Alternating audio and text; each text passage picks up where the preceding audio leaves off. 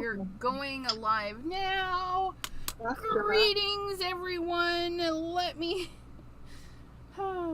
check to make sure we're live on the right channel, because I'm not sure what happened just a few minutes ago.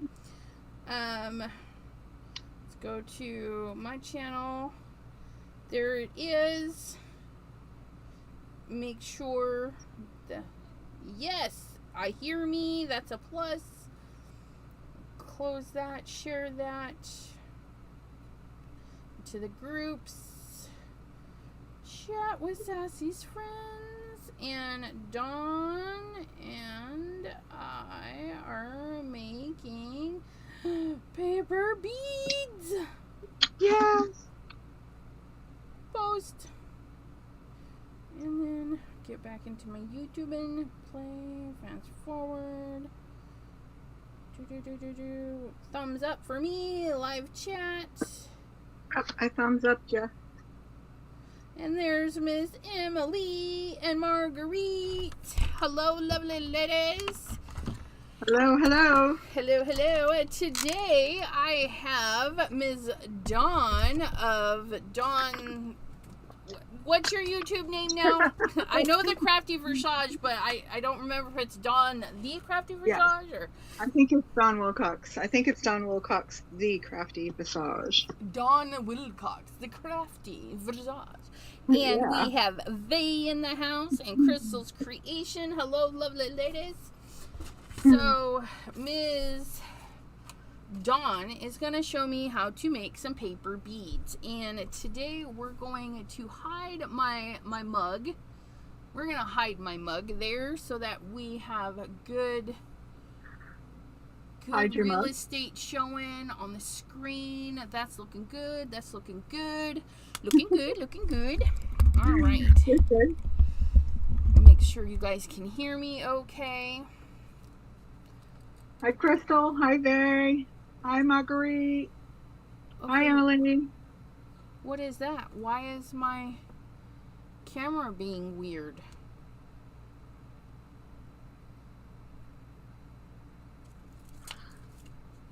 Sorry, guys. My camera is all being funky.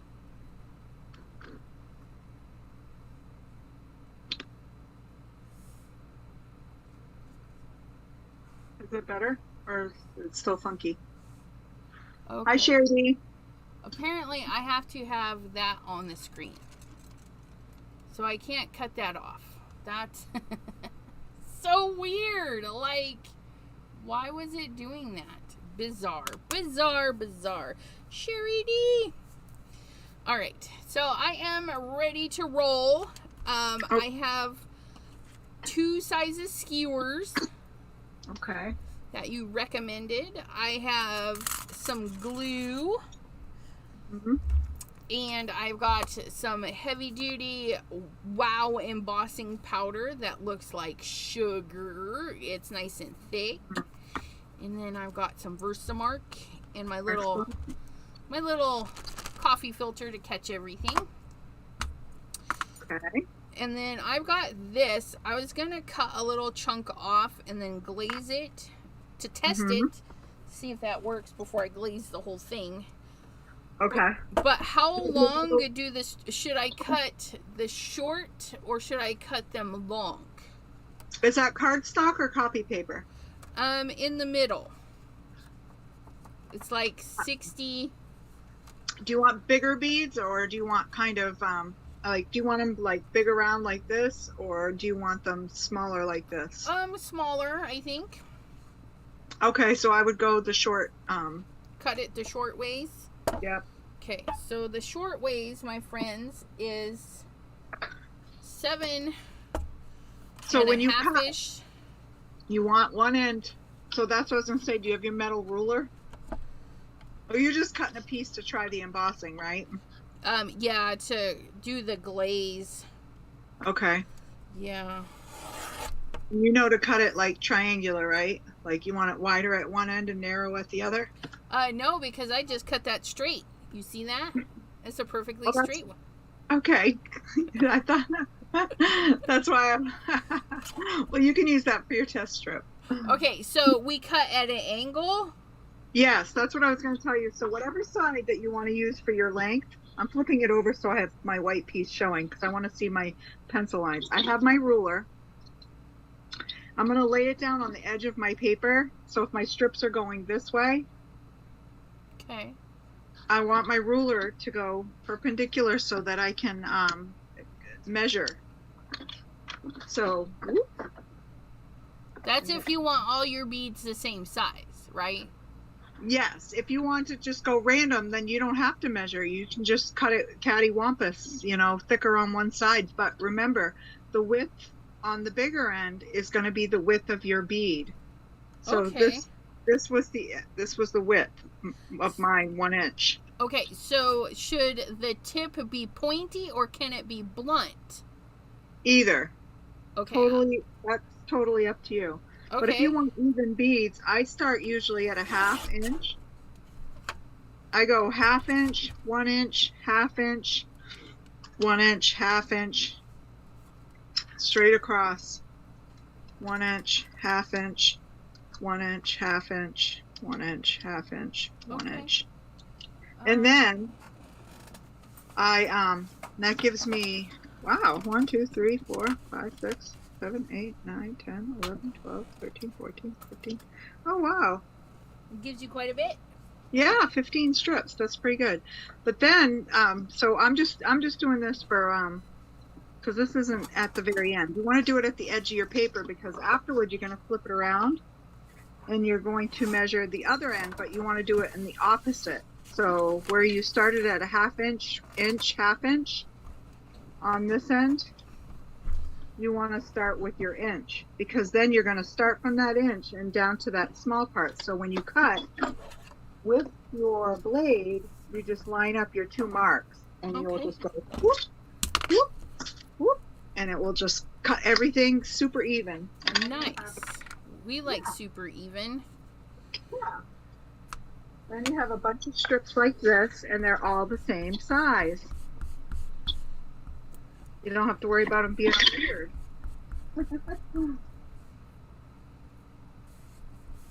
Hi, Gloria. Hi, Pam.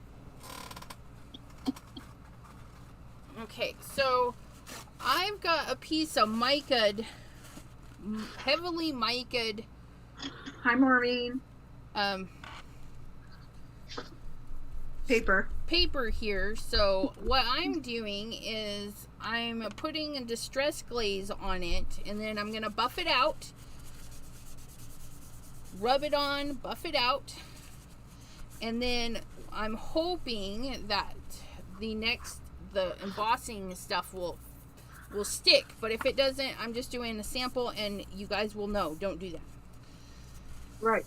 Okay, so I don't know how to tell if it's all the way buffed out.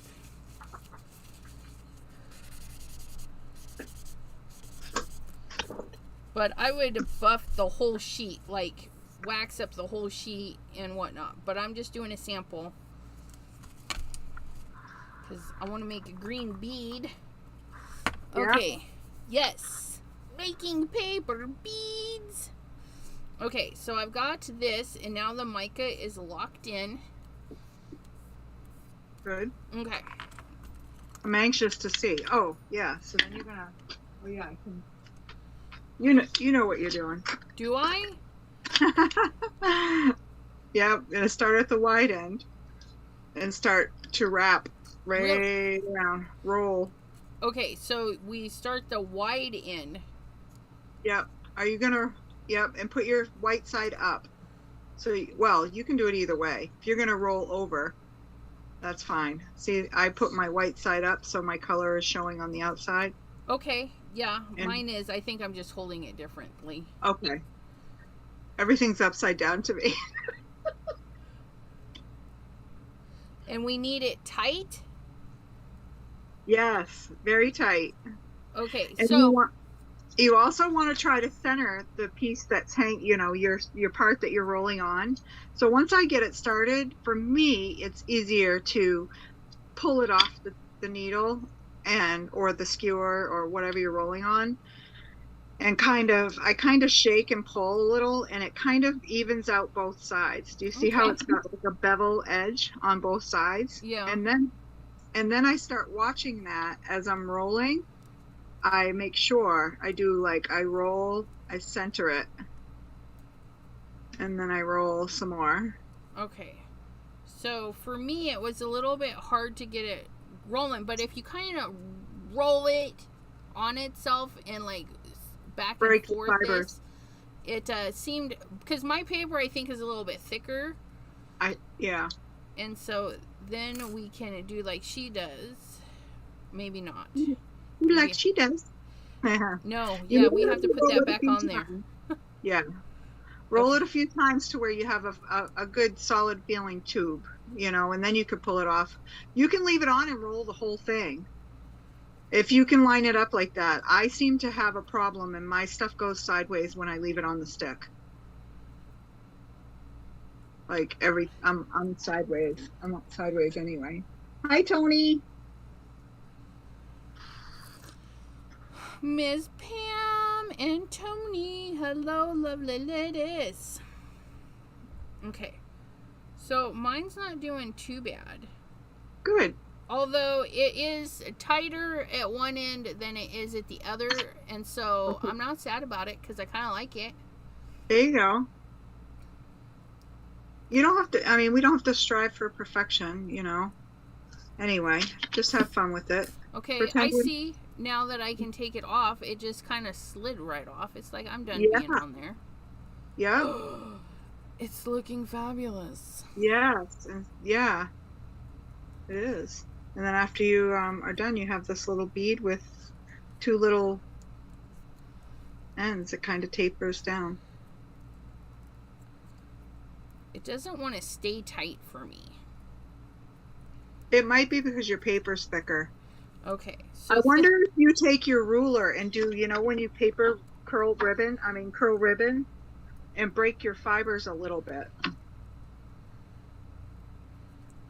Give it a good beating, you know, make it submit. On paper, do what I say. Right? If I roll it and unroll it, which is kind of like doing that, it does go better. Good.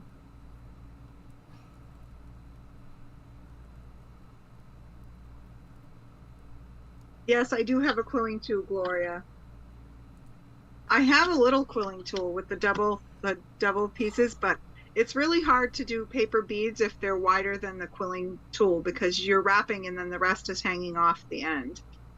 So it's nice to have a long needle tool or a skewer of some sort, depending on the size you want your hole. Some people want, you know, they'll wrap them on a pencil because they want a big hole bead. Okay, so how much do we glue? Like a half an inch? Does it matter? Doesn't matter. I just glue it to make sure it's going to stick well. And that's another thing, making sure my glue sticks to the stuff I put on there. Oh, yes. But if you can get it if you can get it sticked long enough, if you can get it stuck long enough to get your enamel on there, and let's hope the enamel sticks. I don't see why it wouldn't, but it's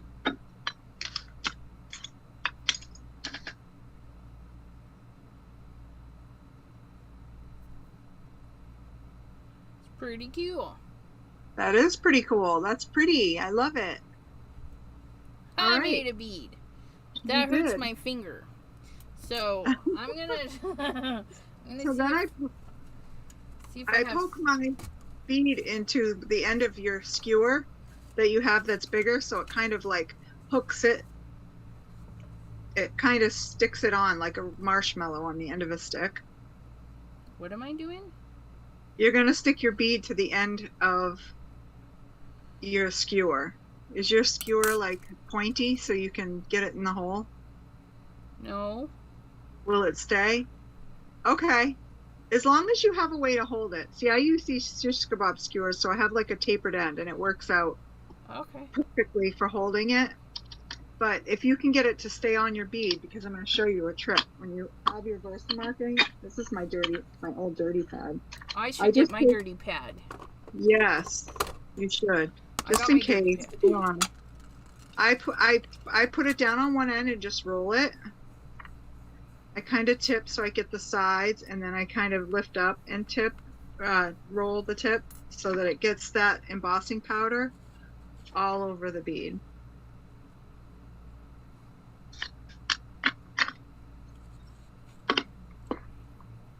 And then I have my UT. I don't know if your container is deep enough for you, if you have enough in that to do this part. I just take mine. I have a spoon because I use it, but I just take mine and dip it. Okay. It's like I'm coating something. Gotcha. Yours, as long as it doesn't fall out. I've dropped mine in and I'm like, oh, fishing for it. So if it drops, yeah, that's perfect. That's perfect. Look it. It looks like candy. Don't eat it. So we're going to heat it up, and you want to heat it until it just melts it. You don't want to overheat, because you know what happens with embossing powder when it does that. It's going to absorb into well, it might not your paper because your paper's glazed, but it's going to burn your powder. Okay. So once you get it heated, you don't want it to cool. You're going to dip back into your UT kind of quick before it cools, so it will grab a second. Oh, okay. So don't close that up. Right. Okay, here we go. Okay, here we go.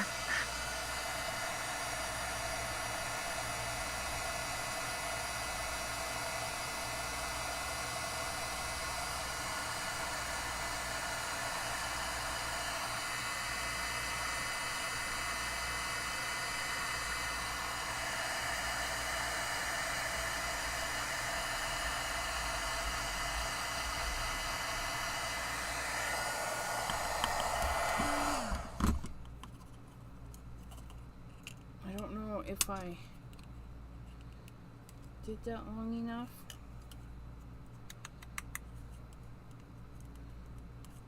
Yeah, it's not picking up anymore. It's like, I don't know. Did it cool down in between, you think? Did it stick? The first layer stick? Yeah, it's stuck.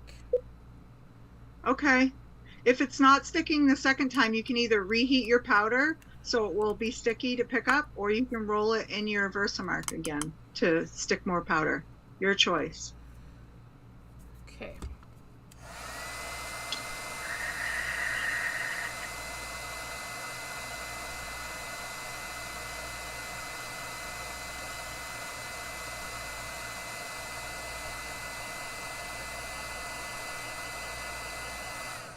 Okay, I may not have had it hot enough because it did more melting.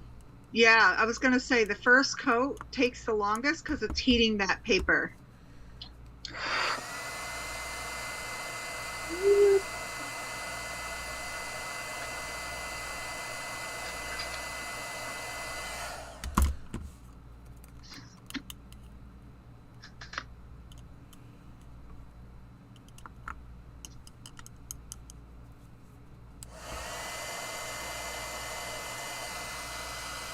Yep, and then after you're done, this is what you have. I wish I had more light here.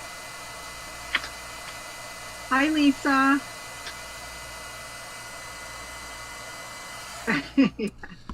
Okay, so the Pam wow. Said, oh, ECR is applauding herself. The wow stuff, it gets runny, and so you gotta kind of watch it as it builds up, because yes, it almost dripped back into my cup. I was like, oh wow. I should have mentioned that. Like when you go in, you want to kind of turn it like you're melting like glass, glass, you know. So and I thought of that after. Yeah. So you kind of turn it until it kind of gets hard. I kind of blow on it and cool it. And then once it's cool enough to the touch where I know my fingerprint is not going to land in it, I'm going to pull it off the end of my skewer. Usually I catch it before it's too dry, too cool. Yours might slide off because yours was bigger. Yes, it does slide right off. And you guys, it's freaking amazing. Yeah. You wouldn't know it was paper, right? Right? I got compliments on this bracelet today. I said, "Oh, thank you. I just made it." I said, "It's made of paper." And they're like, "What?" I said, "Yeah, it's made of paper beads." And they're like, "No way." Like, "Yes, ma'am." So that's what this is. Paper beads. I need to find a more shallow container because trying to scoop it out of there was a little bit rough. Okay.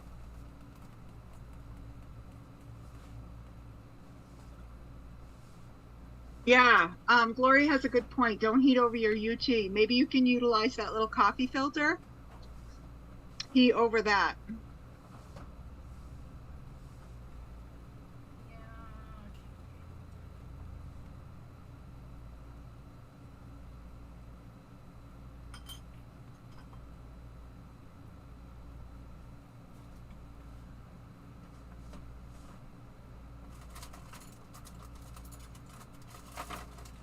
So what do you think? It's sticking well? Ooh. Let's try you. Okay.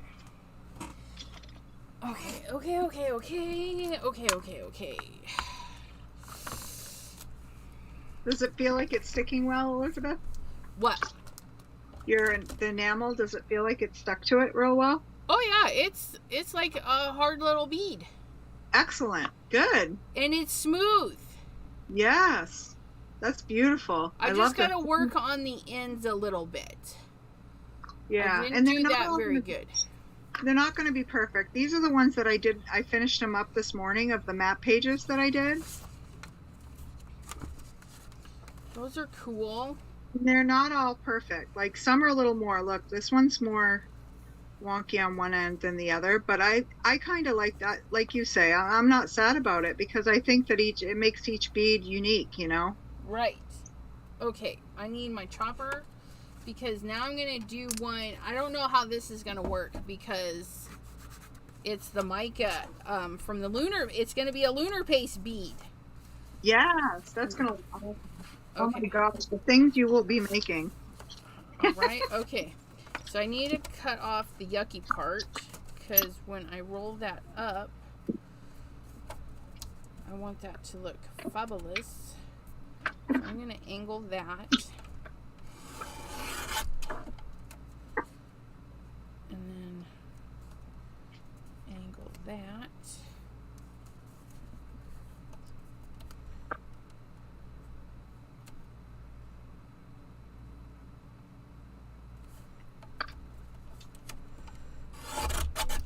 Needles today to make pokey tools. I could make my own beads to make them. Make my own beads to make them. Oh, you mean for your handles? Like the...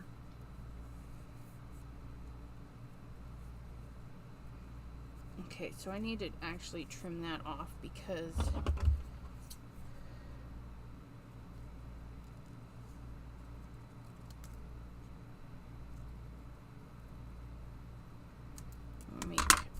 I don't know.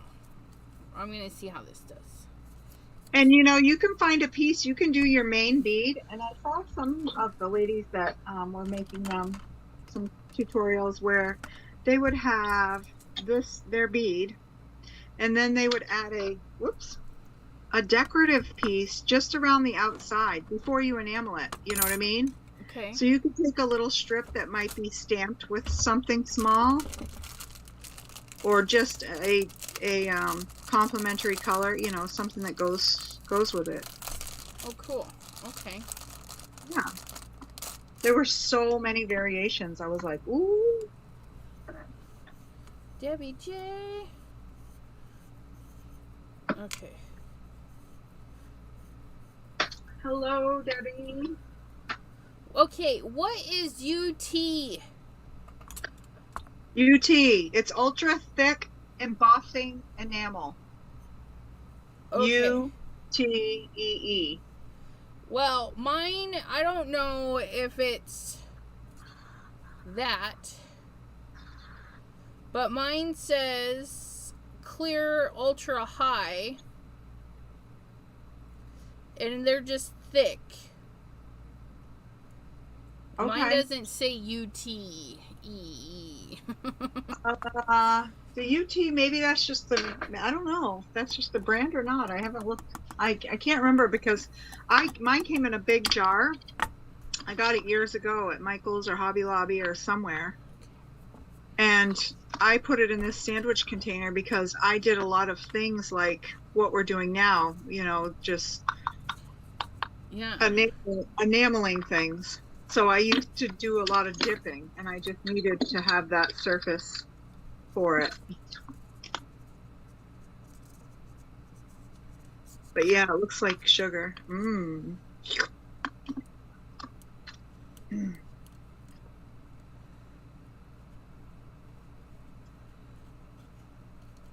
don't know. I'll have to look that up after and let you know.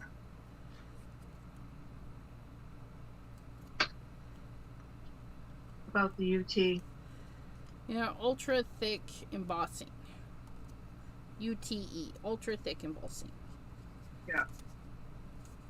UTEE. Like ultra thick embossing enamel. Okay. But yeah, mine's an ultra thick, but I don't know if it's an enamel. It just says it's ultra thick or ultra high. Yeah. So it's probably, yeah. So it's the same idea. I think that that's what ultra thick. I think it just means that it's a thicker embossing powder. So it's not going to melt like super thin. It's going to stay kind of thick. Right. And then we're going to see if it'll go over my... Oh no! I lost my grip. I've done that before. A lot. Now I gotta like start all over. That's why a beading tool is super nice. So they actually make paper beading tools, which kind of look like these two things. What happens is there's an insert that goes in one end, and this one goes in this end, and your paper goes between it, and you can actually roll the paper, and then you just pull this out and pull it off. But it's actually two tools together. Coolness. But I don't have one, so I adapt. I do it the way I used to. I didn't have one in first grade when I was making paper beads either.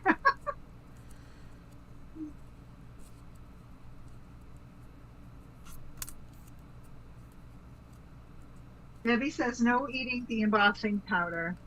That's right.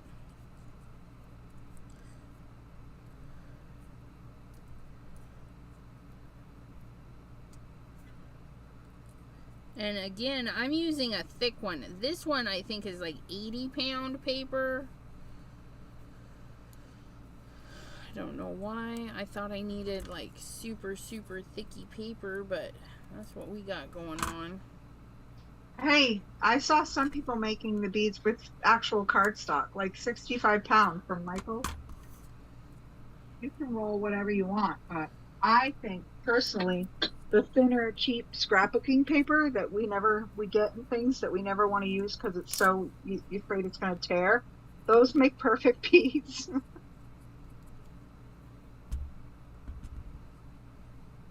I have a whole pack of cheap paper that I got from somewhere years ago, and I was like, oh my gosh, this is perfect. So ultra, it says clear gloss, ultra high. Pam says it might be the glossiness, but yeah, it still doesn't say that it's like thick though. That's the thing. It doesn't say like, hey, we're ultra thick, but it is. I mean, the granules, it's like sugar. It's beautiful, but don't eat it. Yes, WJ, I said sugar and yum. Sugar, yum. I'm like a kid in a candy store. Deep enamel effects. Well, that's what we're going for. And look, he's all cute and beady. Yeah, that's awesome. Yeah. So I think it's the same thing. It's probably just like different brands of embossing powder have different, like you can get, what is it, like icicle and like sparkle, and they're both the same embossing powder, but different names by different companies. Yeah. I've had that happen too. I'm like, I get this one. I'm like, oh, cool, it's icicle. And I get home and I have the same exact one by another company, but it's called Sparkle or Crystal Sparkle or something. And I'm like, oh. Yeah, that's too funny.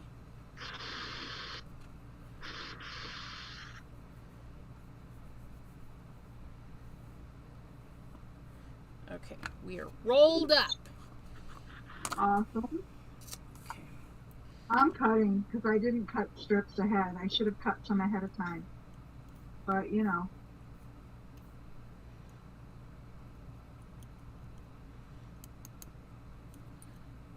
Move that. Da, da, da, da, da, da, da, da, da, da. And we're going to move that. We're going to do that. We're going to grab our little happy hands. Clappity, clappity.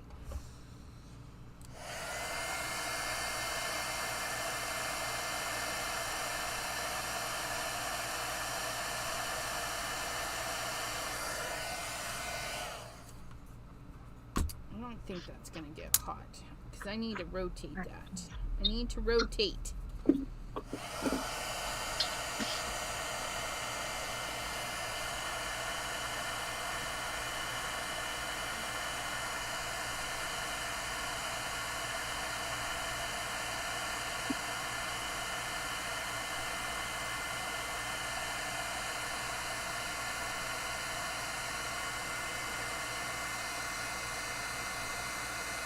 pick out any other beads or beading stuff, Elizabeth?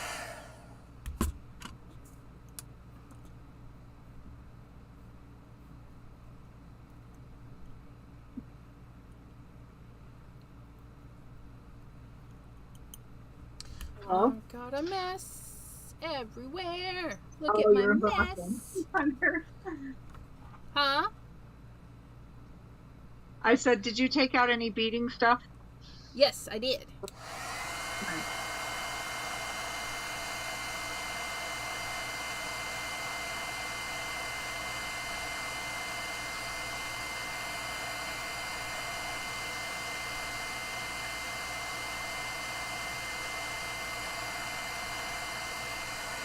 Snack tonight is Hershey Kisses. Mm-hmm. Yum yum.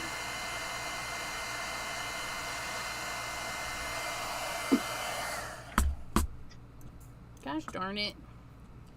I'm gonna need a big container because I'm a klutz. What about do you have a little bowl or a little shallow dish or something you could put your what do you call it? Coffee filter on or something? You can just like roll it on it. Yeah. Pick up the powder. I'll have to look. Well, you're gonna be hooked now, so you'll be buying another big bottle of thick embossing powder.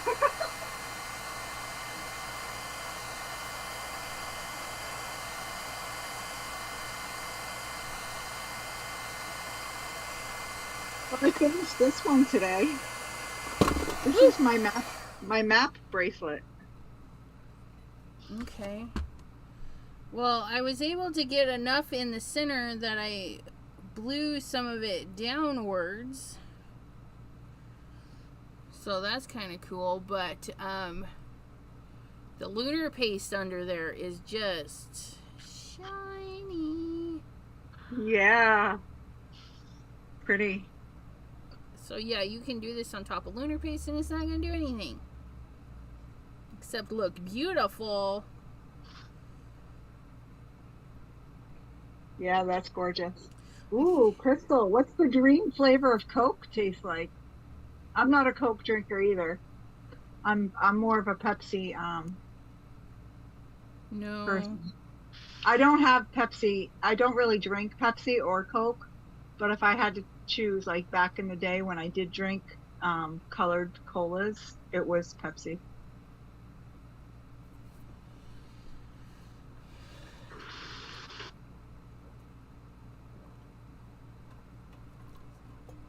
I'm more of a traditionalist. Coke, cherry Coke, and chocolate Coke. Oh, chocolate Coke, huh? Yeah, the first time I had chocolate Oh, Coke oh. was at a diner, a truck stop, and they were asking if we wanted like milkshakes or something, and I'm like, no, I just want a Coke. And she's like, well, do you want like a flavored Coke? Do you want cherry Coke? A chocolate Coke? You know, do you want a flavoring in it? And I was like, chocolate Coke? And she says, oh, yeah. And so I says, okay. And oh, yeah. Is good. Yeah. Is Same good. here, Debbie. I usually have coffee, tea, or water. Once in a while, I have a ginger ale. Like today was super hot, and the heat, when I get nauseous feeling from getting overheated because I like run around and do stuff, I have a ginger ale. And I usually don't refrigerate it, which Willie thinks I'm broken because of that. He's just like, "What? You drinking a warm pop?" I'm like, "Yeah." That's so nasty. My sister does that. She drinks warm Pepsi. And I'm like, if mine doesn't have an ice cube in it, I'm not drinking it. Like, I can't handle it. Okay, I gotta clean, because I don't, you know, I'm a messy person, and I don't mind that, but for some reason, I don't like the stuff all over. Oh, I was gonna try to do that. I'll do that on the next one. Are you heating over your coffee filter? No, I'm heating over my glass mat because it's making a mess everywhere. Okay. But, Oh, do you have a silicone mat? oh, Like, you know, I have a heat mat thingy. Where's that at? Yeah, and it kind of sticks to it, the powder, like it won't. Right. I use a brush and just brush it off. Like, in other words, it won't fly everywhere. Because that's my problem. This stuff is just flying everywhere. Yes, it does. The first coat will kind of fly off because the bead core isn't heated yet. Look, I even had it handy right nearby. Okay, we're going to try this again. Oh, is that the shiny one, the brown one? Yeah. Oh, it might fly. It might fly off that. This is that rubber stuff. Oh, like I don't have that. And I don't want to heat the stuff that Pam gave me. Right. Yeah, you don't want to. Yeah, don't heat anything that's not heated and stuff. Okay, so I'm going to do this one. We're going to make flat boxes. We'll have to invent a heat box where you all the powder just goes in a little box and then you can go whoop and flip it back. Right.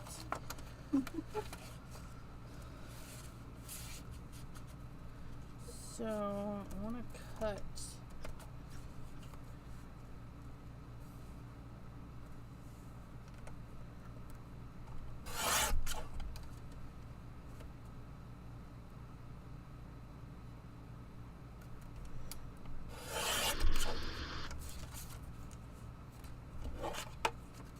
So I've got this one. All right. Okay. Here we go. Almost lost my bead.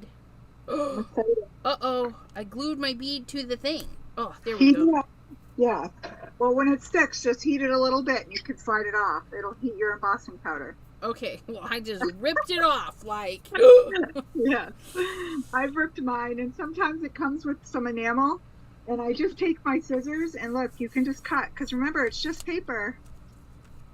It feels hard as a rock, but it's still just paper, and I just trim the excess away.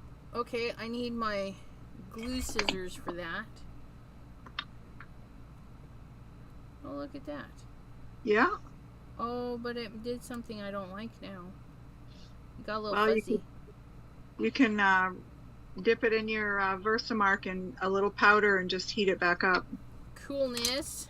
Yep. Oh, look at. Ooh. It's not super hot today. It's just humid again. It was like 91% humid earlier. Like, wow. No wonder jeez. That's awesome. Okay, I'm gonna make this little guy. And then I'm gonna, this is actually fun. But I think I need to make this last one and then string them up. Okay. Do you have a bunch made that you can string up? Well, I've got 3. Well, I'm going to have 3. Did you see my map bracelet? I think you were embossing when I said I finished it. Oh, wow. Look at that. I love it because you can see, like, look, Seoul, Japan, Indonesia. That's awesome. It has, yeah. I was like, wow, I love this. The stuff Pam gave me is heat safe up to 450 degrees. Oh, nice. I'll get my big chunk because I trimmed them to card making sizes. This is slim line. This is 5x7. This is 4 1/4 by 8 1/2. And then that's my extra piece. And then my big fatty piece. So I can ink blend all of my goodies and not have them move. So I'm going to do a stick to you, and so you can do 2 beads if you keep your strips the same, like that first piece that you cut, and it was just a straight strip. Yeah. You can roll that up, and that will make a tube. Like a tube bead. Why can't you wear paper beads, Crystal? I can't wear stuff like that. Oh, maybe I wonder if the enamel bothers. But okay, so on these moose earrings, the green is just a straight piece. It was actually the leftover at the end, because when I go back and forth, thinner, wider, thinner, wider, at the very end, I have an exact straight piece on the end of a sheet. Oh, nice. So I just did a tube.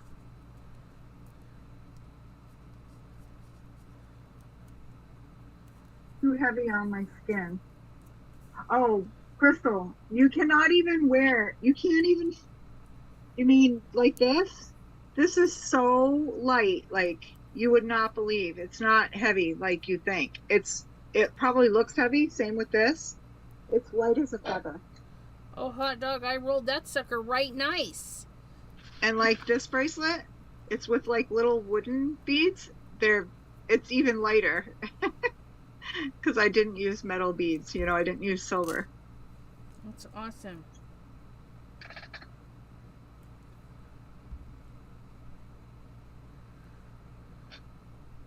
I think this is my favorite. Oh, this bead is going to be beautimous. You guys, and it's going to be a cleanup bead. Nice. Technically, the other one was too. My yellow bead. Yeah. Look at. Ooh. See, that's what I love, the designs. And if you want, you could take your ink if you wanted to ink, or a little lunar paste, and like make some marks somewhere else if you wanted to do them fancy. There's so much you could do. Well, it is, yeah. And it looks marbly, actually. That's really pretty. I like it. I could put a little high right there. No. Yeah. Okay, so let's roly-poly. And you guys, yes, I do have 2 Versamarks. I bought a second one before knowing that you can actually buy a re-inker for Versamark. So I have a yucky pad and a good pad. That's why I like 2 anyway, because I always have one for yuckier things where like the ink or something might come off on it. So I definitely use it. You know what? I think I'm gonna do the end And then rotate it around and then do the end in the middle to see if I can't get both my ends doing what they need to be doing. See, I can whoops, I put mine on the tool instead of my skewer, which is fine. But I was going to say, that's the thing with it being on, if you can find something that it can sit into the hole that holds it, see, like this? Yeah. Then you can, when you go in and you kind of cover it, because I just stick it in and like, you know, stir it up. It will cover all of it. Okay. I'll have to look.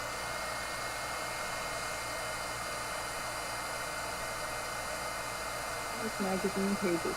Oh, yes, Faye. I saw some really cool beads in the magazine.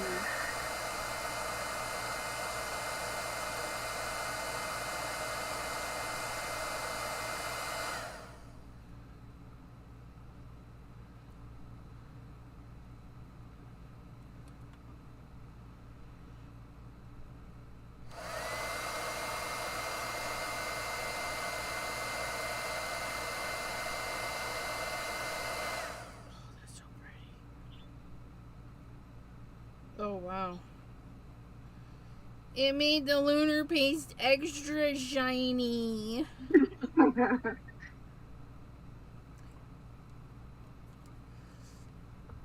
Okay, my embossing powder stayed on the gray mat more, so I'm happy about that. Oh, that's good. So we're just going to pop that off and switch ends. Okay. Now we're going to do the roly-poly on the other end. Yep.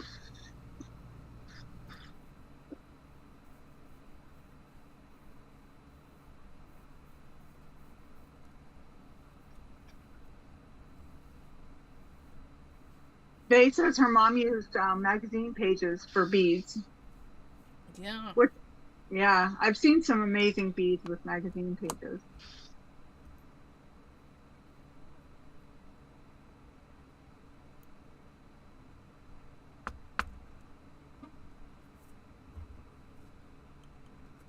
Thank you, Crystal.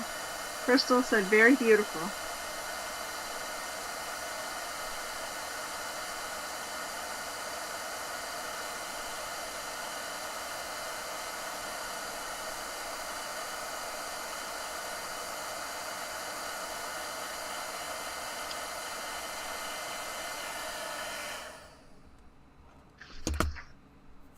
I was trying to find I lost the big beads that I made. I had some big red beads that I did, and I can't find them for nothing now. Oh, no. I know. I'm like, eh?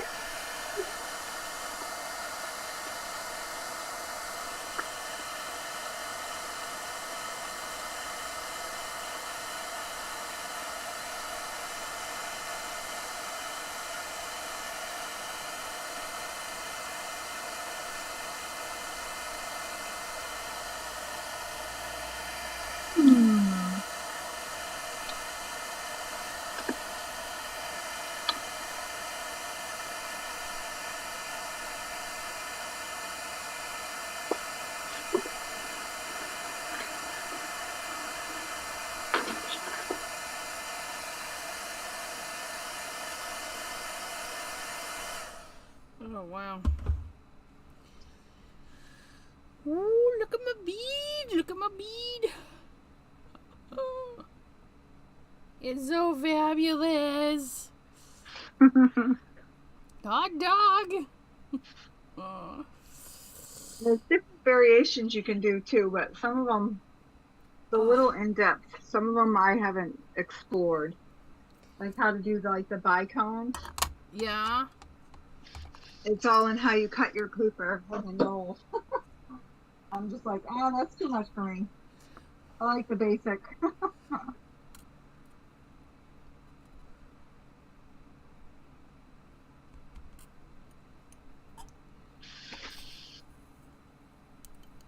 Oh, here they are. So these ones I did short, and then I did them with double the length of paper, so they're like super super big, super round. Nice. Yeah, they look like big chunky beads.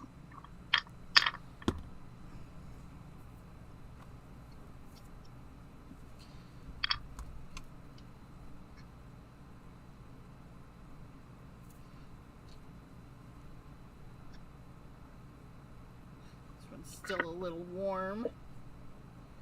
Just hang you out right there. Move my other little beadums.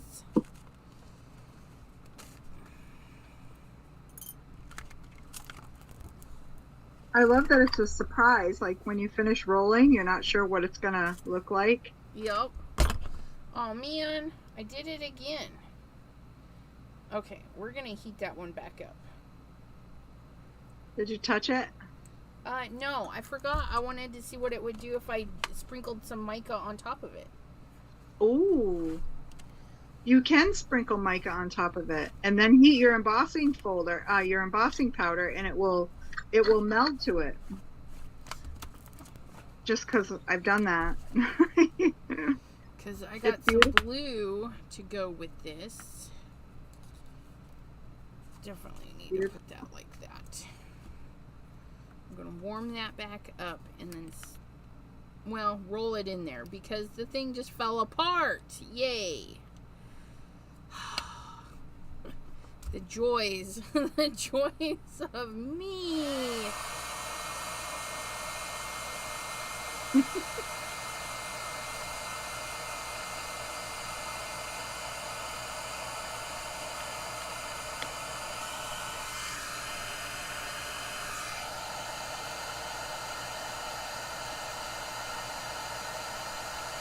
Oh, wow.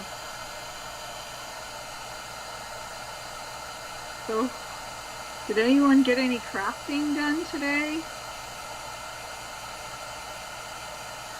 I didn't. Today was a travel day for me.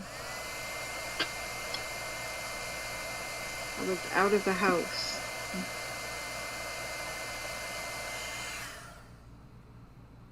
Oh yeah, you can. It just, once you put it in, yeah, it does some fun stuff. Yeah, it does. Because you can heat the stuff to move around a little bit. And so it swirled it in there. So I'm happy about that. Now I just have to clean. Clean so listen, these paper beads hold that enamel, but you can take anything like punched shapes if you have little punches. You could do those and cover them also with your embossing, and do it on both sides with your ultra thick that you have. Nice. And you're enameling it, and it makes it look kind of thick, but you can put a hole in it with a punch and use it as a dangle off the bottom of your bead. Awesome sauce. Okay, so I've got my beads. And I've got my other beads. So I can make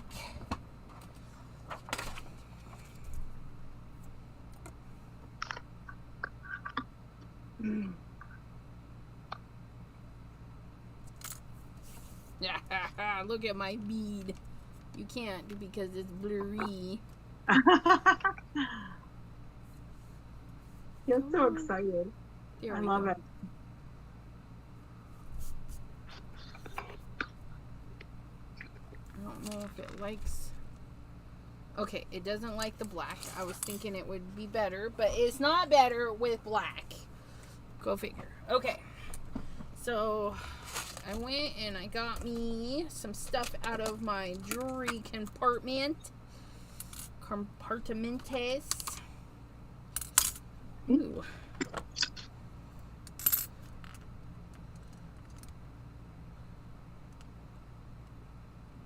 That's too big. Okay. I'll move those for now. I'll move the little spoons. Oh, Gloria, I love your sunflowers. Debbie J with editing. Pam got 2 packages and 4 birthday cards mailed. Woohoo! Tony made 8 thank you cards for her granddaughter to mail. Nice. Plus more stamps set aside to give to you all, as Crystal did, and 1 card. Gloria went to the post office and her new Joanne store, and I think I said that, and she cut up some sunflowers. And Maureen says she didn't do any crafting. It was too hot and she kept nodding off. That was me, except that I was driving. I was like, man, it's so hot, even with the window down. It was, and it's weird because the temperature isn't any more hot than another day when I don't feel hot. It's that humidity. Yeah. I swear it boosts the heat. It makes the heat feel like it's 20 degrees warmer.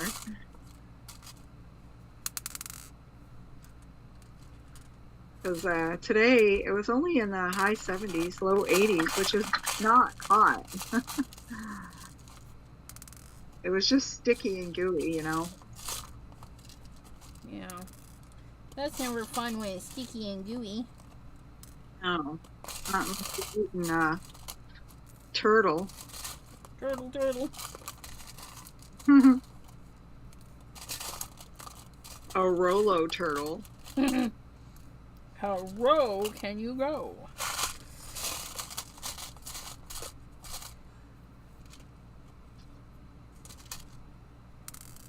I don't get my beats perfect, but I will not fret.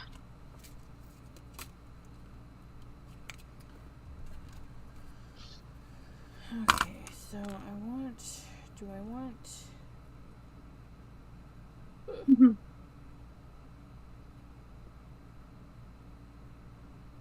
That'll be perfect in there.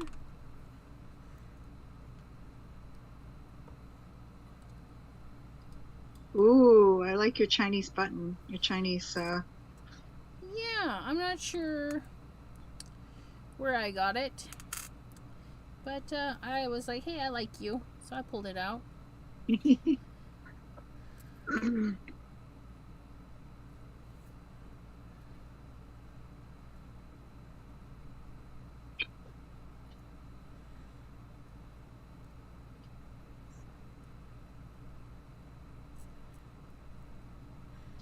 wire is a little bit short for this, but I'm going to make it work. And just slowly try not to get my finger to cramp.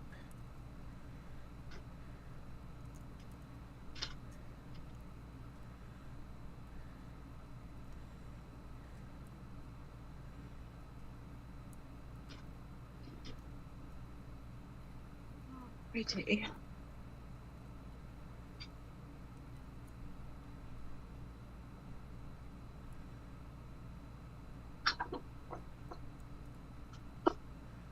Work that wire around to make a loop, and if it doesn't want to, we're gonna get a helper pair.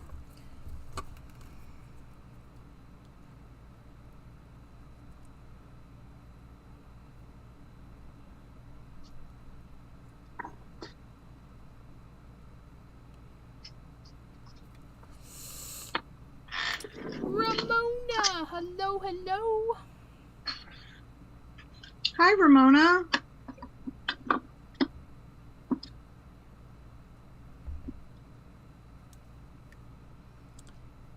Where'd the end go? I'm making something because you are. Yes.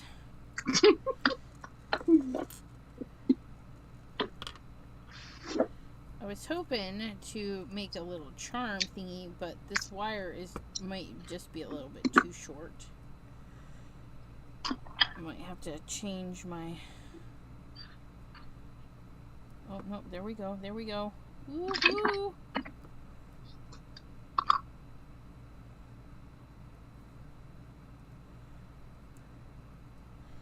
Then we just... a little bit.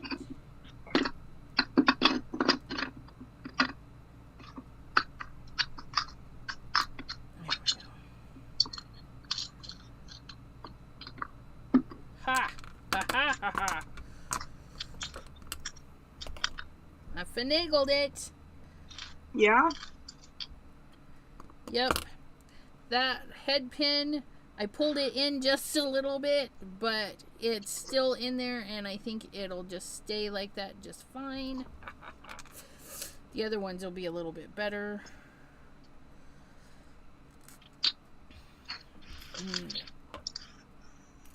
Do a little eye pin with this one.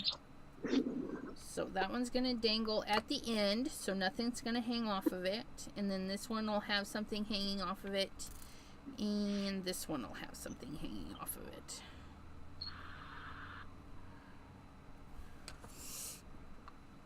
I'm a mostly off screen. Well, hot dog. No. And I was trying to watch out for that. Oh, no, I was mostly off screen. Pam Right, says. and I know, and I was the one trying to watch out for that. Trying to make sure I didn't go off screen.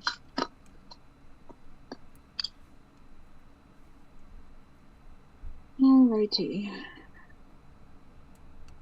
Oops.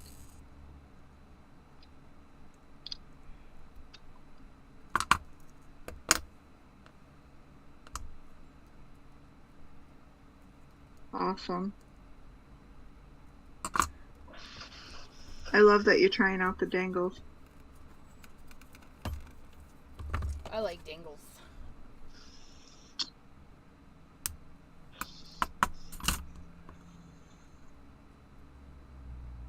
Let me just tuck that pokey part right in there. Beautimus. Beautimus.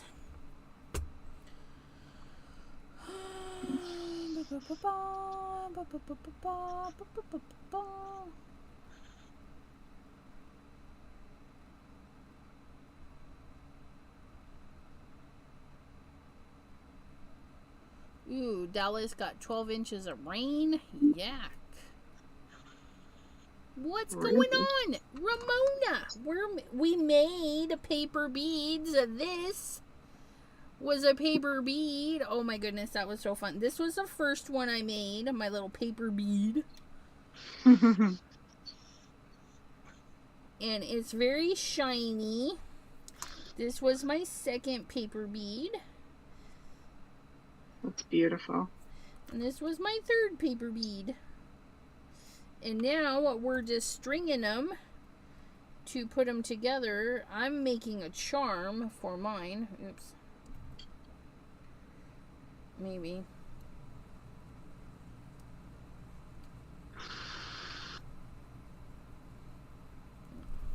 I may have made my hook a little wonky here.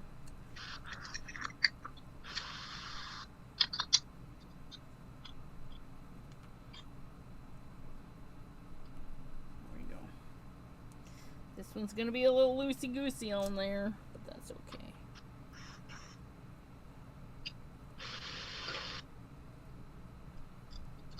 Just wrap that around.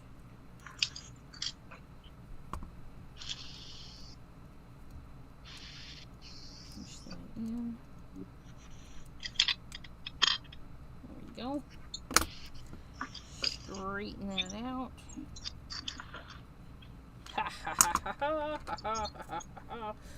Okay, and that's the hanger piece. Then we're going to have these little bits. That's going to hang off of that bead. That one will hang off of that one. And we'll do some danglies in the middle.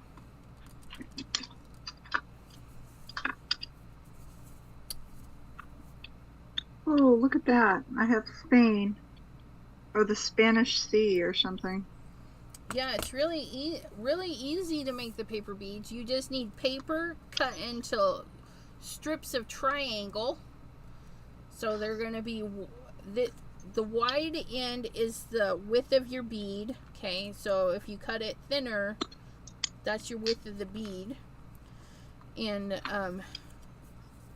the narrow part is going to be the fat part in the center.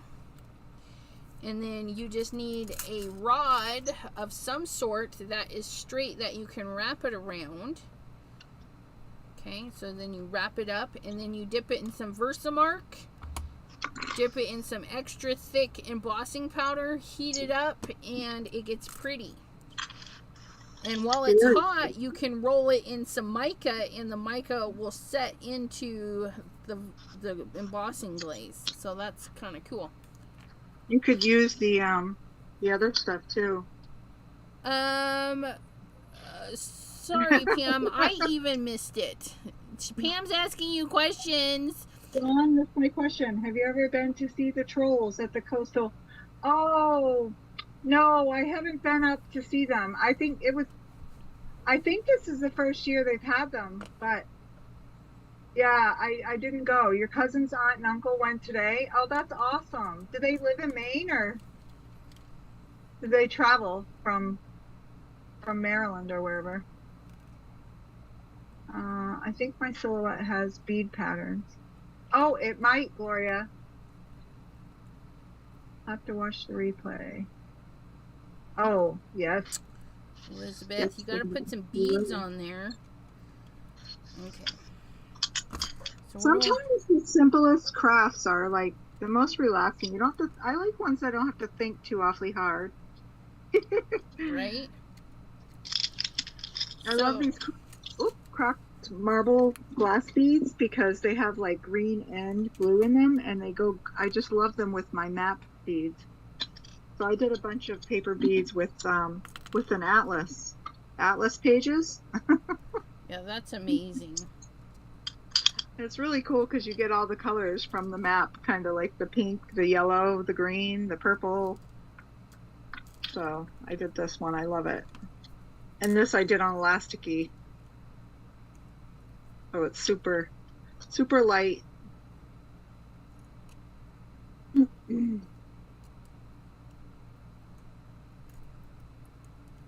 Oh, they live in Maine? Where in Maine? Are they up north near the botanical gardens? Those are near Augusta, I think, or Acadia, somewhere up there. The botanical gardens is where they do the Festival of Lights at Christmas time. They do like the drive-through where you go drive through all the Christmas lights, all the displays. That's awesome. I need to go with something like that. Yeah, come on up.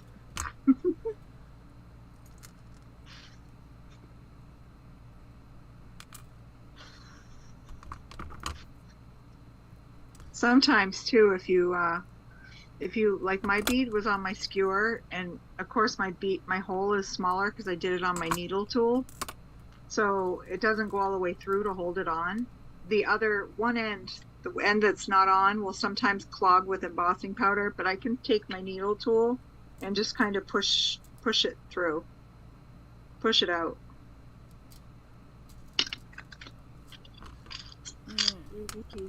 Easy. Let me measure this.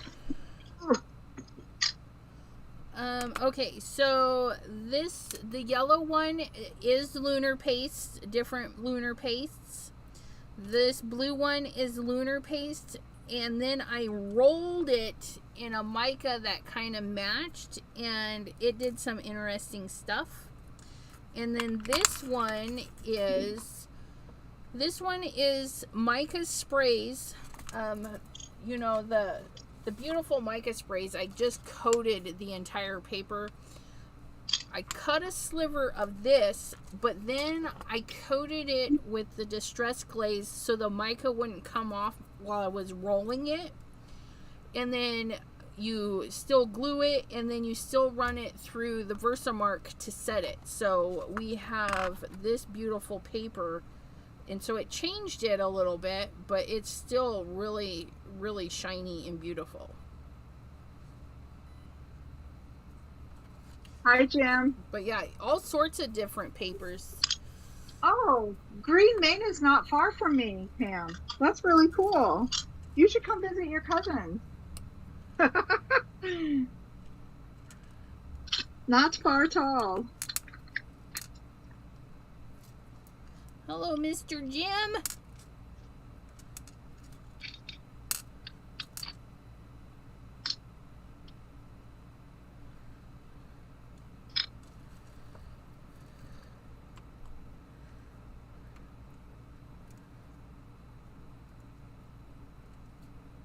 That's cool, Crystal, that you have a botanical gardens also. I need to Yeah. see if we have one close by. Yeah, and see what their display. Some of them will do special things, like Maine, like Pam was saying. This year, ours are trolls. If you get a chance, you should check it out online. They're huge wooden, like people, like they were built. It's like a. Did you look it up, Pam? Oh yeah, you looked it up. It's like an installment, like someone, like that's what they're using this year for their installment, I guess you would call it. I don't know. That's awesome. That makes sense. Yes, it does. It's an artsy term. Yeah, it's really cool. So I wonder if they move them around. Maybe they go nationwide too. I don't know. So they might come to a botanical garden near you. They might. Because I think that it said come and see them soon because I don't think that they'll be there. Like they're not going to be there forever, Can you imagine the truck that passes you by on the highway that's holding those things inside of it? Right.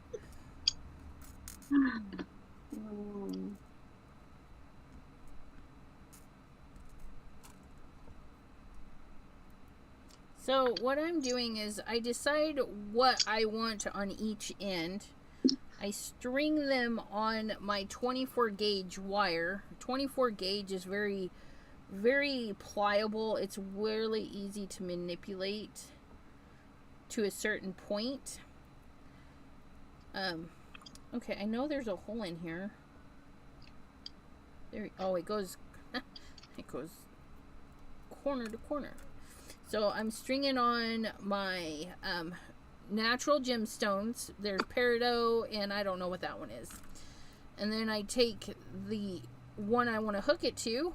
I drop it on there, and then I just make a little hook enough that I can wrap around. So I'm going to hold my round nose pliers in there, and then I'm going to bend. Okay, yeah, I did not leave myself enough room on that one. Let's try that again. Fun, Gloria.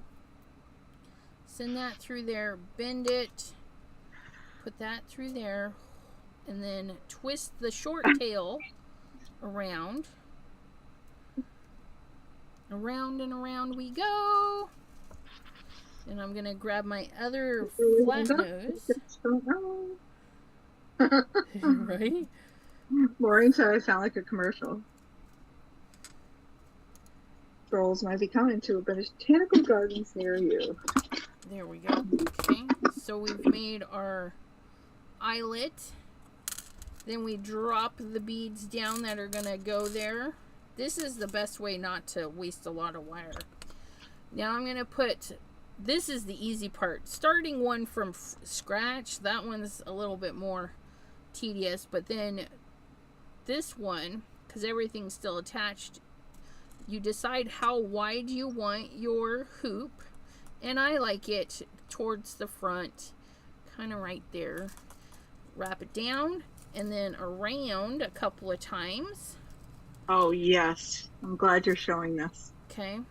And that's that. We let that go. We have our little eye, and then all we got to do is cut and smush. Now here's the cut, and here's the smush. We're going to grab the tip of our tool right to this pokey piece, and then we're going to grab the back of our wire and push together, and it shoves that pokey piece into what our rings that we've created. That way there, if you touch it, you're not going to snag it. Now it might still snag on clothes or whatever, but that's the nature of jewelry. But then you have your little pieces. So this one is done. That's going to connect to that. That's done. So I just have my last little bead, which is going to have a little flower dangling from the bottom, which I think I'm going to dangle. I feel like I need to dangle some danglies with the flower. We're gonna dangle some of those. Not you. We're gonna dangle those. So I'm gonna go through here. Oops, maybe. No, we're gonna put our beads on first. Let's get our beads on, because I don't know exactly what I'm doing. Okay. Oh, really, Pam? But she says the troll exhibit info says that they will stay there as long as they stay. Oh, Wow. all right.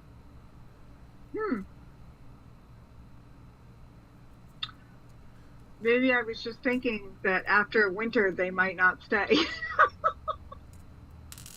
Okay.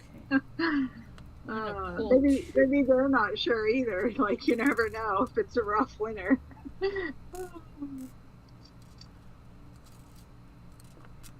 Hi, Deborah. Don't be sorry. I'm glad you got some. Nope. I kept her up late, you guys, so.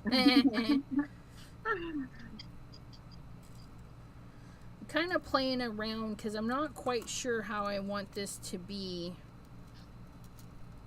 Oh yeah, I like that. So I actually need some beads on the other side, but I don't need that much room on the wire. So oh, Gloria's talking about fudge. Fudge in Mackinac City. So I'm going to do a little one, a big one, my flower. Maybe. Oh, thank you, Jim, for posting the link. And then we're going to do a big one, and then the little one. And then I'll figure that out after we get it attached to this. And so we get it on there, we do a bend, get our dangle into the bend and hang it onto it, and then tie them together. Kind of like a, just wrapping around those thingies, twist ties. Yeah. I'm glad you're showing it, because I tried to show Mary last night and I just couldn't get it to. Well, for one, I didn't cut my wire long enough. Yeah, my first bead was like that. So I've wrapped that around, I let that go, and I've got my 2 eyelets connected. I'm going to slide everything down. Now this one is going to be a little bit different because I have my flower dangling. So I want that dangling. So I'm going to need to, I want that there, but I need a hook. So I need to cut enough to make a hook. And I would rather have too much and cut off than not enough. So there's my loop that I want. I think. I don't know, it looks good. Then I'm going to flip. Hold that in there just like we did on the other one, and then finagle this one. This one's a finagler because I had to do it like this. You'll get it. At least your wire's bendy. That's good. Yeah. And I find sometimes when it wiggles and it's such a tiny little area with my big fingers, I can't get in there.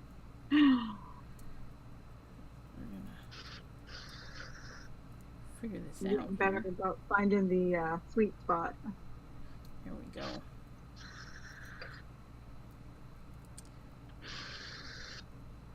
I didn't know there were others in different areas either, Pam, but I did know the artist was from Denmark.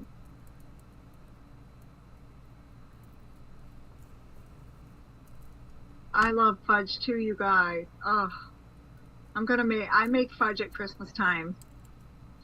When my daughter went to Italy, she went to Italy and Greece and Sicily, and she had to fundraise for the whole trip, and fudge was one of our big sellers. Oh no, I just unwrapped that. Don't do that.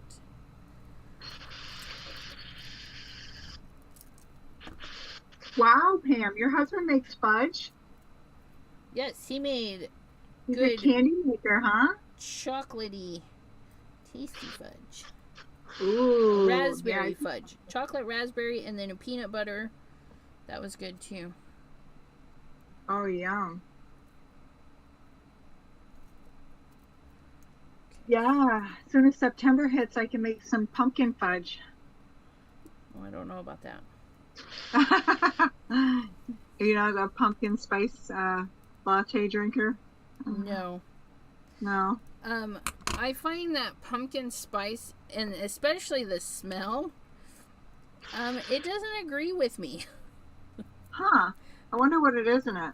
I don't know. We were at the store one day, and I gave it a gentle sniff, and I was like, oh, this pumpkin spice one is pretty good. We'll get that spray for the house. And we sprayed it around the house. We had stuff to do. The next day we left. We came back, and I'm like, oh, one of the cats peed in the house. We hunted and hunted and hunted, and then it realized it was the spray. The spray, the chemicals or whatever for my nose changed, and it smelled like cat potty. Oh, I've had things like that from like I buy some air sprays from different places, like Walmart sometimes. They're just inexpensive ones, and it's like, for some reason, I don't know. Same thing. Yeah, they just... It's like a cat box. It wasn't pretty. But I do like pumpkin muffins and, pumpkin breads and stuff. But yeah, I'm not much of the drinks and stuff. Dave's mom used to make the very best peanut brittle. People used to start ordering from her in October. That's awesome. I make peanut brittle too. I have a recipe that my grandmother's friend that she had, she had for years, gave her. It was made in a microwave, and my grandmother was just like appalled.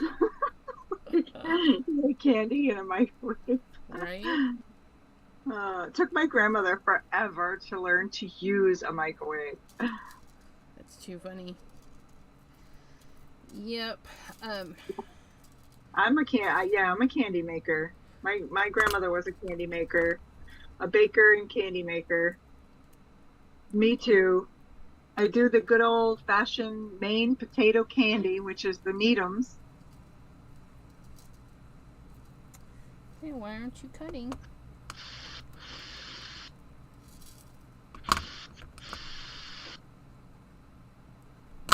Can't smush with those ones.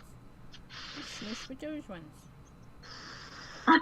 Ramona says she wishes she lived on the East Coast. And she loves Elizabeth. She loves how the green one matches your nails. Yeah, my nails that need painting.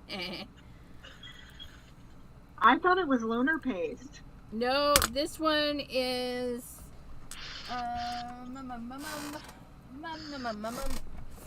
this one, Opie. It says my gecko does tricks. Oh, nice. But yeah. You know what I was thinking about your lunar paste though? Because you remember how you painted your nails with it before? I wonder if when you paint your nails with it, if you put a top coat over. Yeah, I've done the bottom coat, the top coat. It still just doesn't. No. It peels. I mean, it's beautiful. It'll stay there, and then you can just grab it and peel it right off in perfect little sheets. Oh. Not this time, Gloria. She's using OPI, but before, another this time one, you... This beautiful green color OPI. Oh, it's I don't very know. sheer. There's lots of creative people on the West Coast too. The West Coast, you have a Kevin Nakawaga. I can't say his last name, but anyway, you have Kevin from Stamscapes. Lucky. And Tim Holtz. Lucky. I mean, I know he's not in California, but he's closer to you than me.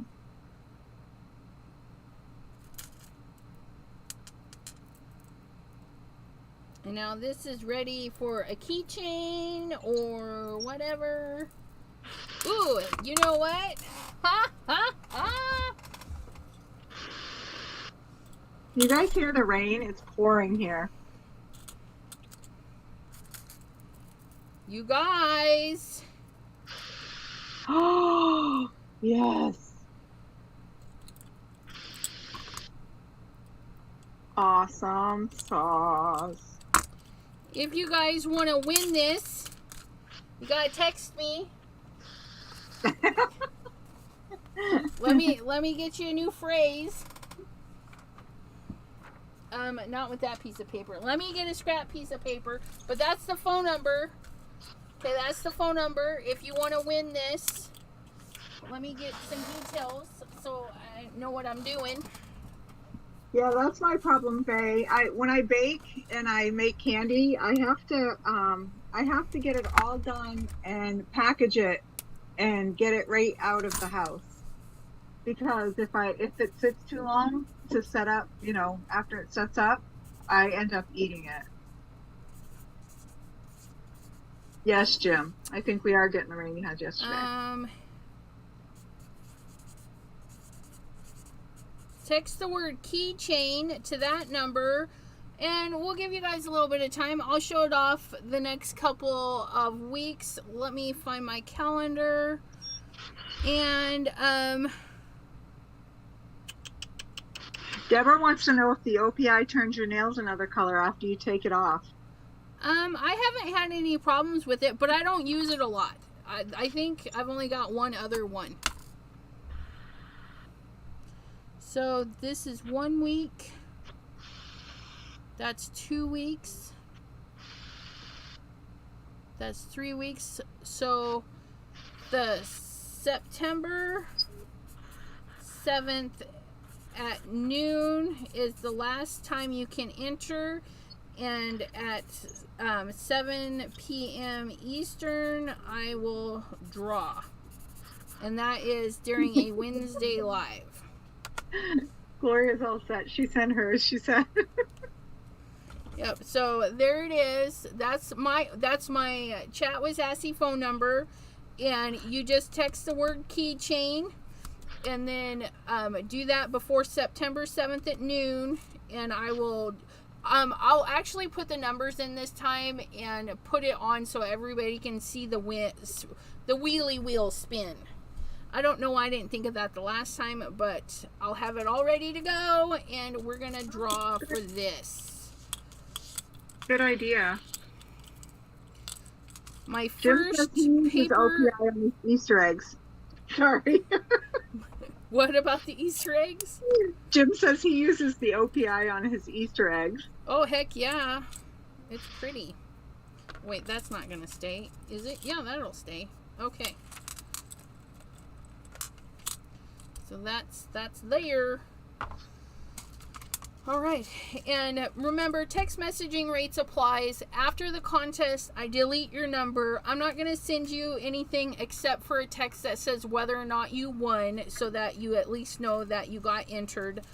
And yeah, and then I'll ask for your information. If you win, I'll ask for your address and stuff, and your name and your YouTube name, because I would like you to be a follower, but if you're not, you're not. I'm still going to ship it, and I will ship this international, so all my international peeps. You got the cute little keychain. It says Chat with Sassy's Crafty Friends Facebook group, and then on the back it's just a beautiful little galaxy. Okay, so hopefully some lovely will win that and have fun with that. Oops, that is the wrong thing. I've lost my chat, guys. Hang on. Thank you, Jim. Okay. So don't forget to give you a thumbs up and subscribe if you haven't already. Gloria, I don't know if you have to put a 1. When I dial people, I don't have to.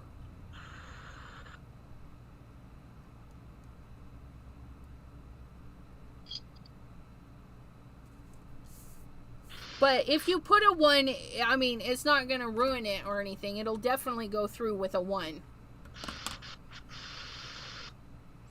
Thank you, my lovelies. And look at all the goodies that Miss Dawn has on her little desk. Yeah, I only made this one tonight. I just made this one. This is what we did. Let me see if I can, because I joined with my thing, so I should be able to spotlight you. I rolled the little beads, but these are the ones that I just finished today. And I just wanted to show the examples, how fun they look with different. Okay, words, Elizabeth. Yours doesn't have that taperedness. That one almost looks, well, I guess it does have the tapered. It's just a little bit. This one is a half inch at one end and a 1/4 inch at the other. So that's what it gives me, a 1/2 inch bead. Okay. These are 1 inch to a 1/2 inch. Okay. So that's going to determine your amount of taper. So it was both 12-inch strips. So they're the same width around. Same thickness. Okay. And then, so say like I did an inch on the top and then just a slight taper, that would still work, right? Yeah. So I could do like 3/4 at the other end, and that would give me less of that bevel on the ends. Yes. You could go close to where you'll end up like this with the 2 beads. So this was just keeping a straight strip of, what is that, 1/2 inch, inch, I think, 3/4 inch. And I just did it with, it's not even a, see how tiny it is compared to this. Because I just did a strip like of a 6-inch, I think it was a 12-inch strip, and I broke it in half and did 6 inches on each tube. Okay. So they weren't as big around. Okay. And these are just punches. Yeah. So the longer the strip, the fatter the bead. The wider the strip, the longer the bead. Yes. Okay, that I like. And then you can, there's other ways you can cut it. Like you can leave it like a, let's see if I can draw you a picture. So if you want a bead that looks like this, what's up with the pen? All right. It's called a bicone. It's got like 2 bumps on either side, like a bow tie. Well, that's cool. You would cut your paper like this, like a straight thing, go down, and just cut up like this. So it's going to end up with just a little tiny bit in the middle, and then you're going to have your round beads on either side. Okay, like a pointy flag there. Yeah. Pointy banner. Yep. So there's some really cool, if you look on Pinterest, you can find templates for the paper beads that show some really cool, there's like so many ways you can cut your paper. And I have found if you make a template, which they do sell, but sorry, my video is not caught up, but for some reason, is it just in Zoom? Is it doing it here too? Okay, yeah, your camera decided today that every time you move your hands, it's gonna try and zoom it. Oh, no kidding. Yeah, so it's like doing this flashy thing. It's so weird. Why is it doing that? Jim was wondering if you made the bracelet that you're wearing, which I did, and this is made with Atlas pages, and this one too is made with Atlas pages, and then I used some cracked marble glass beads, and I liked the blue and green because of the map with the land and the water. Yes. Thought it matched nice.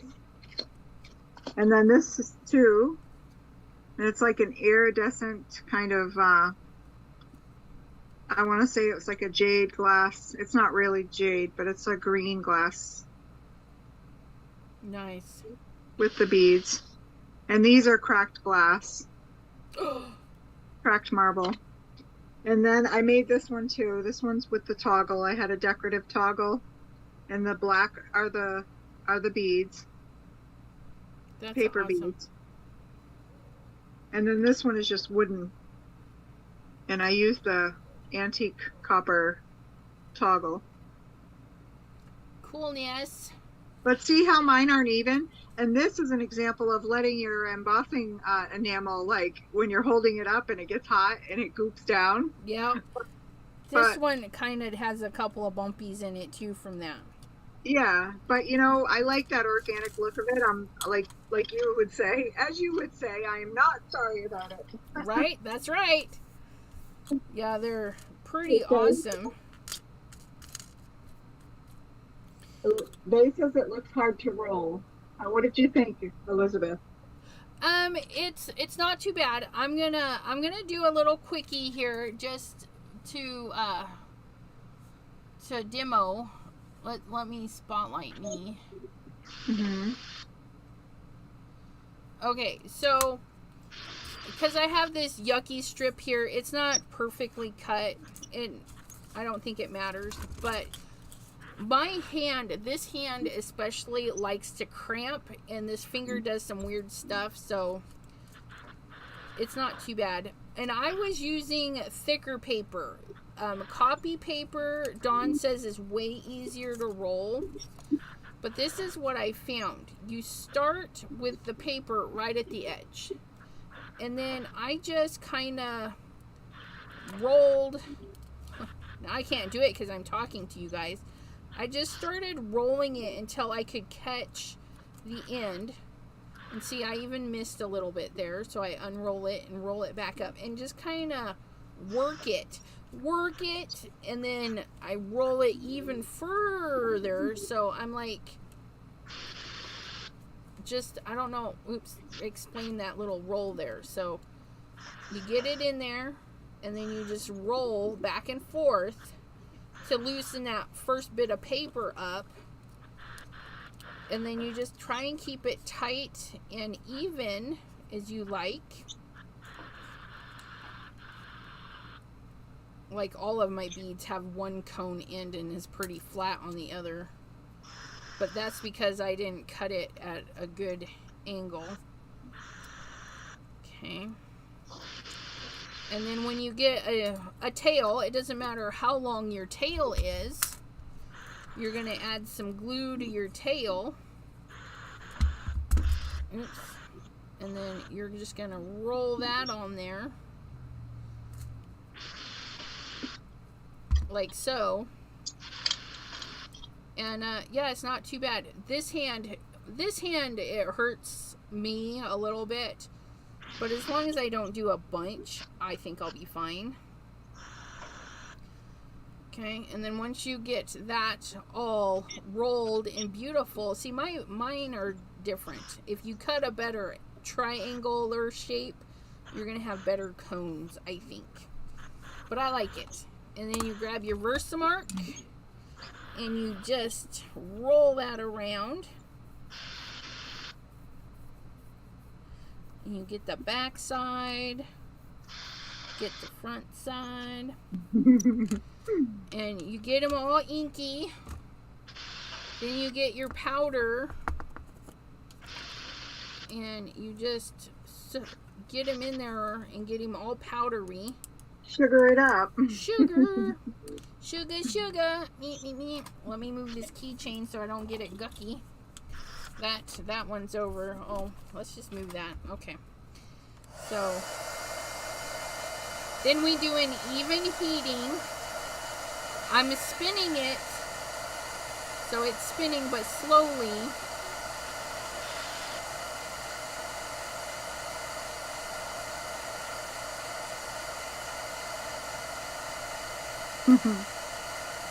Oh, that's awesome.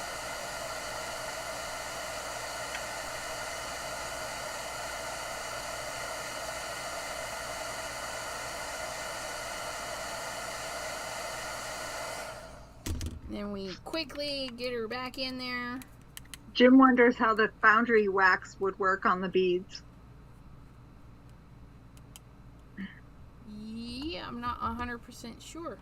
And actually that one didn't take very well.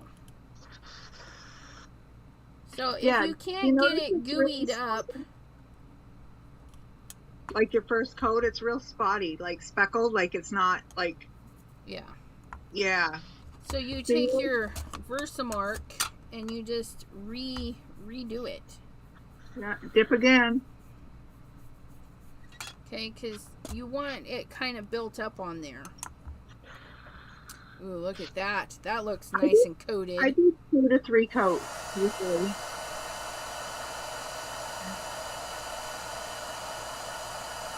There you go.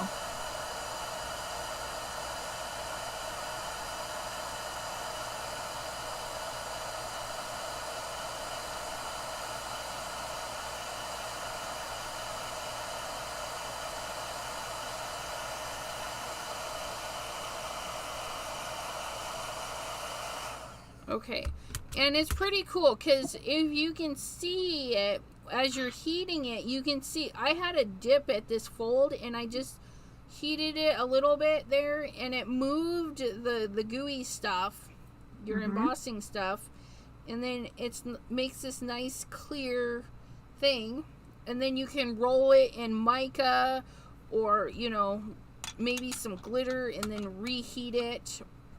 I mean, at this point, you can do a lot of stuff with it. But yeah, that's just pretty cool. Jim, if you have ultra thick embossing powder, you could try the foundry, you know, make a bead and try it with or without the embossing powder first. Like maybe one with or without. Yeah, I mean, it didn't hurt the lunar paste. So I would say give it a go. And even the mica with the glaze over it, it didn't seem to bother it. So yeah, I mean, why not, right? You might be able to use the distress glaze. I would just I would test it and see how it goes with multiple coats, because that's the key with the ultra thick that we're using. What you're doing is doing 2 to 3 coats, like a double, triple coat. And it's really thick like sugar. It's not like the consistency of regular embossing powder. Right. It is very, very thick. So it almost puts like an enamel glaze. So I would try the distress glaze and see how it goes. You might have to do, you know, maybe an extra 2 layers of powder. You might even glaze the back. I don't know. Would that... I don't know. Can you color the bead after you heat it? Like what? Well, I could roll it in mica powder, and that would color it. You could paint it and then put another layer over it, I guess. I've seen tutorials where they've used acrylic paints and painted them really pretty, and then did the enamel glaze on the outside over it. Yeah, so the enamel is going to be on the last layer. So if you want to do all your painting, stamping, all that fun stuff. Deborah's singing sugar. Da da da da. Da da. Oh, honey, honey. Thank you, Gloria. Hello, Miss Susie. Alrighty. Any other questions from our lovely subbies? This was really fun. Thank you for showing me how to do this, Miss Dawn. Oh, you're welcome, Elizabeth. That's fabulous. I'm glad you know now. Yes. And that you can make beautiful wearable jewelry that you can... I wore this out today just to see, and I got compliments all day. I went to the specialty clinics behind our hospital in that office, and I had several people in that office bring it up, and in the other office I went to a few towns over later in the afternoon. It's very like hard too. So like I was kind of worried about doing some damage, but no. So I noticed I cooked dinner tonight, well, just before we came on, I said I had just grabbed some food. So I cooked, and after I was cooking, I had washed my hands, and my bracelet got wet, and I was like, and that happened yesterday too, but I keep forgetting, and it has not bothered it at all. So what I found to be true is it's water resistant. It's just not waterproof. Right. Sorry, Jim. I got it. I forgot to split the cameras again. Because I like hogging all the time. So Deborah is asking, so you need to color it after the seal. Well, when you roll the paper bead up, like Elizabeth just showed, you can color it. I would color it before you seal it with the glaze, like the enamel. Yeah, and you could literally do all, like stamping a design on and just make sure it goes all the way to the tip. Or if you get it taped up and you do like hand painted little flowers or whatever, you know, just make sure it's all dry and then roll it in your Versamark. And Deborah, you don't need to do any coloring on it if you don't want to. That's right. You can just use scrap of paper or jelly plate prints. That's what I did my original ones with. I did my gel, like my leftover pieces from my gel pulls. And they were beautiful. And I coated these with these are hard too.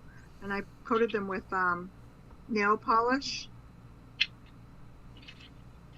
Yeah, so if you mess it up and you don't like the design when you get to the end, you can dabble on some nail polish and then redo it probably. Just make sure whatever you put on is dry. Yeah. I think your nail polish will seal too, but it will guarantee it not chipping off if you put that enamel coat over it. And these are just 2 beads that I did. These are what I used for my boho beads. They're book pages. But you can take, Jim, you can take some of your alcohol inked things or your kaleidoscope designs that you do. You print some out on paper. Those would be fantabulous. So I should have put that on there. Got my color on, and then just let it dry and then go through and coat it again so you can, but yeah, that's gonna be pretty. And I meant to respond to your comment earlier. You said you think your mom used like watered down glue or Mod Podge, and yes, that is how they do them. They used to string them on a piece of string and dip them in watered down glue and then just hang the string and they would dry, or Mod Podge them. Ramona is asking if you sell them on Etsy or something, Ms. Dawn. I don't yet, but I am going to be part of Biddy Penny's craft fair where I will be selling them. I will be doing a bunch of jewelry there.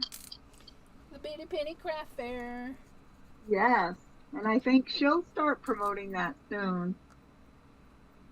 Gets a little closer. Yes, Jim. Yes, some easy marble. He said he has easy marble too, which would make some awesome beads. Oh yeah. They really would. Pretty cool. But you could do all kinds of projects, you know, it doesn't have to just be jewelry. You can do, you know, the little dangles like I did for journals, or you could, if you did enough of them and you just had all this stuff, like I actually had an idea, Elizabeth. I was going to take the big atlas book that I have that you get from like AAA. It's that big a gazetteer. Is that what it's called? I was going to take the old one that I have and make beads with that. Oh, wow. And I was thinking that would make a ton of beads. And then I could do a beaded, curtain, like a beaded hanging. Oh, that would be pretty. You should. And it's fun because they sound like not just a glass bead, but trying to do it without the actual bead. They sound. Yeah, they clunk. Yeah, they do. They clunk. So, okay, so I don't see any questions. I do want to thank you all for hanging out with us. I know I had a lot of fun. I need it's funny, I picked the colors I did so that I can make charms for my pencil pulls, my pencil case. So green for the green, because I gave away the last one I made for that too, and here we are again giving it away. See, Elizabeth St. Hilaire does her gel plate pulls from maps, Dawn. Oh, really? Yeah. Yeah, that's cool. I like that idea too. Yeah, I use the maps, and I thought of an idea of using the state maps. You can get the maps of each state in that big atlas thing I have, and taking each state and rolling and making that set of beads one item, and then doing a little pendant, a little charm that has the actual size of the state that it is. So if I use a map of Texas or a map of New York, I can take a little charm of Texas or a little charm with the state outline of New York, That'll be cool. And put it with it. So it'd be like state bracelets, I don't know, with the map. Alrighty. Well, thanks everyone. Thank you, Miss Dawn. I appreciate it. And we will see you Wednesday. Our special guest will be Deborah. We're going to be making birthday cards for some guys.